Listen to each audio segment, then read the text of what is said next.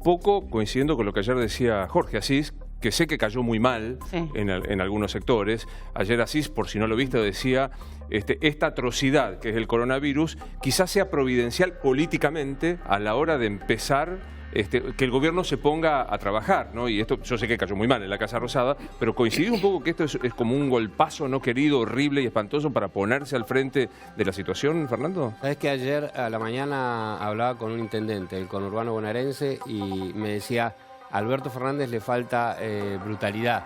Dice, cuando vos pasaste por la intendencia o por una gobernación y llegan los momentos de crisis altísima, necesitas medidas brutales, ¿no? Y lo que marca Trump y lo que marca en general el mundo era eso. Y Alberto Fernández, Ginés González García y algunos otros ministros de gobierno pertenecen a digamos, a una modalidad política que en principio rechaza la brutalidad de estas medidas en este tipo de tiempo. Eso es lo que terminó pasando, ese es el cambio que me parece que se empieza a registrar y que el tiempo parecido al 2003, 2004, 2005 de la soja a $600 de mayor facilidad cambia ahora a asumir que es un tiempo mucho más difícil, con mucha más necesidad y con mucha más carencia de la Argentina. Económicamente, desde afuera y desde adentro, es panorama complicado, Martín, ¿no? Sí, a mí me cuesta ver realmente esa visión de que esto puede haber servido para algo. No sirvió para nada, complicó muchísimo un panorama que ya era muy difícil.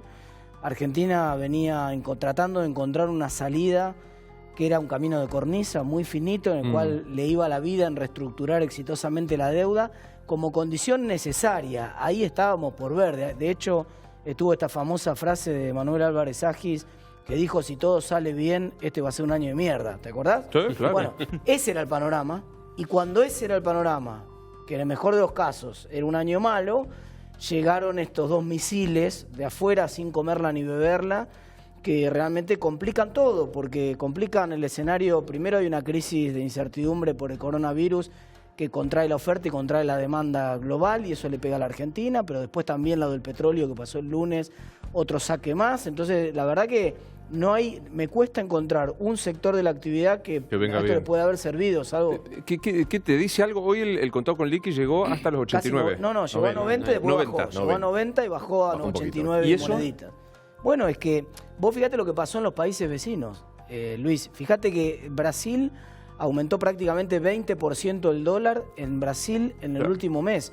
Es decir, todos los países de la región, sobre todo los que son exportadores, ni hablar México, los exportadores de petróleo, por supuesto muy golpeados con lo del petróleo, pero todos los países de la región se ajustaron a la situación de que va a haber menos dólares, de que va a estar golpeado el comercio internacional y que por lo tanto además va a haber escasez de fondos porque los flujos de inversión rajan de los países emergentes en situaciones de riesgo, una salida masiva de flujo de capitales como no se veía ni siquiera en la crisis del 2008-2009. Brutal la salida de capitales de emergentes, y la respuesta normal es devaluar de los países. Y entonces, como Argentina está demorando la devaluación, el tipo de cambio que se puede conseguir, el tipo de cambio paralelo, por eso ahí yo creo que tenés que enfrentar casi un reseteo de una estrategia inicial.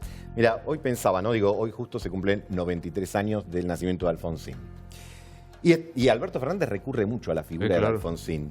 Pero pensando más en el Alfonsín del nunca más, de la Junta, etcétera, hoy yo me acordaba del Alfonsín de la economía de guerra.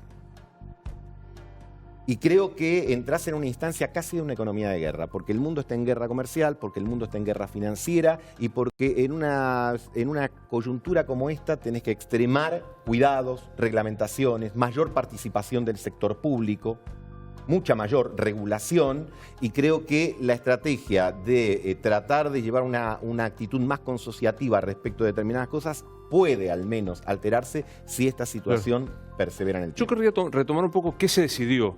¿Qué dice el decreto, tanto el DNU del presidente, la decisión del gobierno de la ciudad, que vamos a analizar? Para mí ahí hay un punto que no sé cómo se va a aplicar, Nacho, Romina. Concretamente, ¿cuál fue la decisión? ¿Podemos repasar un poco lo que ha sido el después DNU? Lo charlamos con él, pero digamos, te diría algunos de los puntos más importantes. Por supuesto, habla, digamos, de cómo se tiene que informar a la población, cuál tiene que ser la forma de comunicación, que eso va a cambiar radicalmente, digamos, porque lo teníamos de manera muy esporádica y contábamos todo el tiempo que no había un discurso unívoco. Ahora se van a abocar a ver de qué manera se va a comunicar en cada instancia y todo el tiempo a través de distintos ministros a la población qué es lo que está pasando, porque esto cambia, como decía el doctor recién, día a día. No es que hoy te pueden decir qué va a pasar en los próximos 5 días. Hoy, bueno, los espectáculos serán con una butaca de por medio y mañana por ahí se cierran. Hoy hay clases, mañana no se sabe, digamos. ¿Es así, Doc? Es efectivamente así, y esa es la forma más inteligente de aproximar este momento. ¿Usted recomendaría suspender las clases hoy? Hoy no, decididamente no. Y hay muchos motivos técnicos por cuál no suspenderlos. Pero básicamente el tema de las clases, así como el transporte público, me parece que es hoy no, mañana lo vamos a volver a evaluar y pasado nuevamente. Sin metáfora. Digo, hoy es no y mañana se vuelve a... A mí me parece que lo que dice Romina es esencial. Acá hay dos cosas que son muy importantes. Primero, la información tiene que ser veraz, oportuna y clara. Porque enseguida, donde no esté la información veraz, oportuna y clara a la vista, cada uno hace su interpretación de la realidad. No puede haber una regla, perdóname, te agrego una pregunta. No puede haber una regla que saque la incertidumbre y que diga, bueno, si pasa tal cosa, vamos a suspender la clase. Tantos casos autóctonos. Por ejemplo, tal velocidad de crecimiento. Bueno, pero eso hoy está. Si vos tenés una escuela donde hay, claro, ¿no? Tenés una escuela donde hay un caso, la escuela se cierra, digamos. No, pero una escuela, yo digo las clases en general, el transporte público en general. Jujuy suspendió. Las decisiones drásticas. Más general, yo te diría, es si hay circulación social del virus, las escuelas van a cerrar. Pero eso todavía no está. Hoy no, todavía no está. Pero la pregunta que hace Martín es atinada. ¿Cuántos, digamos, hay un caso de circulación social, ya está? Digamos, cuando aparece la circulación social, significa que uno ya no puede hacer un encapsulamiento de las personas que tienen la enfermedad, con lo cual la enfermedad toma su propia dinámica. Ahora, la circulación social se aproxima con medidas sistémicas. Hoy nosotros lo que hacemos es un caso identificado, lo bloqueamos. Otro caso identificado, lo bloqueamos. Cuando hay circulación que no sabemos dónde está el caso, lo que hay que bloquear es al conjunto. Sí, Nacho, querías agregar algo, perdón. Sí, en principio eso, donde hay un caso se cierra la escuela. Eso ya está decidido. En las próximas horas va a haber una reunión que va a encabezar el ministro de Educación, Nicolás Trota, respecto a la situación en distintas provincias. Hay algunas como Chaco, por ejemplo, Luis, que la situación se ha agravado en las últimas horas, que eventualmente puede haber alguna decisión. Me parece que va a ser focalizada o va a ser distrital por el momento hasta, como dice el doctor, que haya una circulación masiva del virus. En cuanto a la aplicación, si bien la autoridad de aplicación va a ser el Ministerio de Salud, cada ministerio va a tener una función, Luis. Por ejemplo, Ministerio de Educación, tomar esa decisión. Ministerio de Interior, informar a la autoridad de aplicación quiénes son los pasajeros que vinieron en los últimos 14 días que tienen que estar obligados a hacer la cuarentena.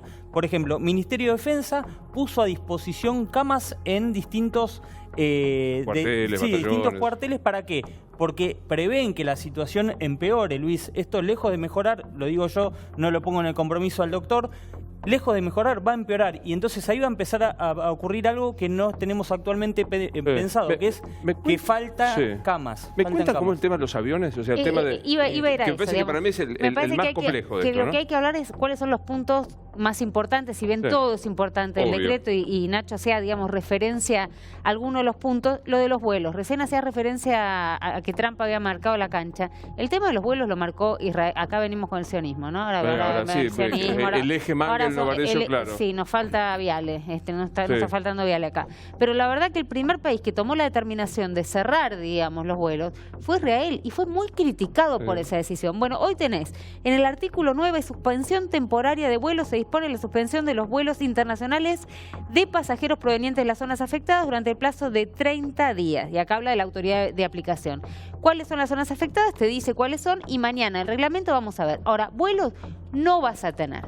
Ese es uno de los puntos. Digamos, los lugares son Europa, Estados Unidos, China, Japón, Corea del Sur e Irán, si la memoria no me falla. Europa, Estados Unidos, Corea del Sur, Japón, China e Irán. Bien, ahí estamos. Zonas afectadas. Estoy en Europa.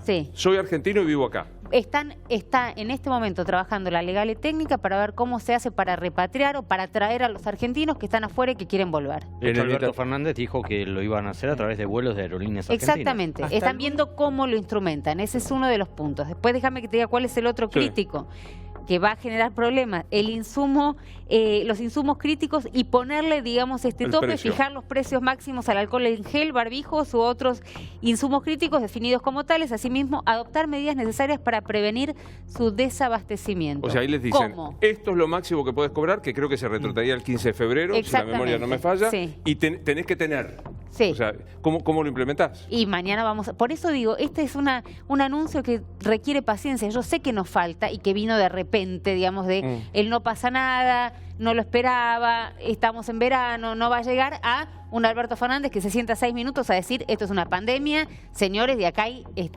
una pena para quien no la cumple, quien la propague. Sí. Pero hay que esperar porque mañana te vas a enterar cuál es la letra chica del reglamento. Pero sigue, cuáles son los aislamientos obligatorios y las acciones preventivas, te lo deja muy clarito. Acá ya no deja el libro. Y sé que es incómodo y que por ahí del otro lado también están pensando, bueno, pero los argentinos somos tan solidarios uno con el otro y nos quedamos en casa si nos dicen, no, claro. La verdad que hay chicos que no podían ir al colegio y estaban en los cines de Monroe, acá en Capital, digamos, ¿no? Y esto ha pasado en colegios. Sí, pasó. Entonces ahora no faltás al colegio para ir al cine. Pero vos podés denunciarlo porque es un delito de acción pública y esto es lo que le hace ruido al gobierno. Si vos, por ejemplo, la autoridad de aplicación que sea, que están en este lugar o donde fuese, vos sabés que un vecino tuyo viene de una zona del viaje de tiene riesgo. que estar los 14 días de cuarentena y la traje heredé. Sí, vos lo podés denunciar. Ahora, vos lo denunciás.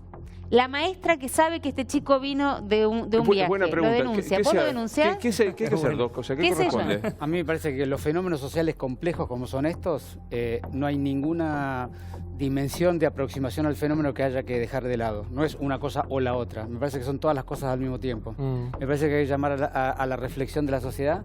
Me parece que hay que llamar al autocuidado y al comportamiento social y control social efectivo, y también hay que llamar a medidas de gobierno que acompañen y apoyen. Todo funciona o todo suma algún valor porque cada uno de los subgrupos de la población responde a medidas diferentes. No, ahora, en el decreto se convoca a las autoridades federales o la ciudad Autónoma de Buenos Aires a que aplique. En la Ciudad de Buenos Aires se da el caso que plantea Mangel. Yo sé que volvió de Estados Unidos calvo y no hace cuarentena. Y vino al canal. Nosotros hemos tenido varias situaciones de ese tipo en todos estos días y hemos trabajado intensamente en contener. Hemos ido a visitar personalmente, he ido a hablar con gente en su domicilio, he ido a buscar gente que no quería cumplir con las pautas. Pero los denunciaron. No los Porque acá lo que te están diciendo es que tenés la obligación de denunciarla. Bien, pero quiero decir que yendo a hablar, explicando y reflexionando con la gente, los casos que tuvimos los pudimos resolver. Ahora, evidentemente algunos que no se resuelven y en esos habrá que tener otras medidas.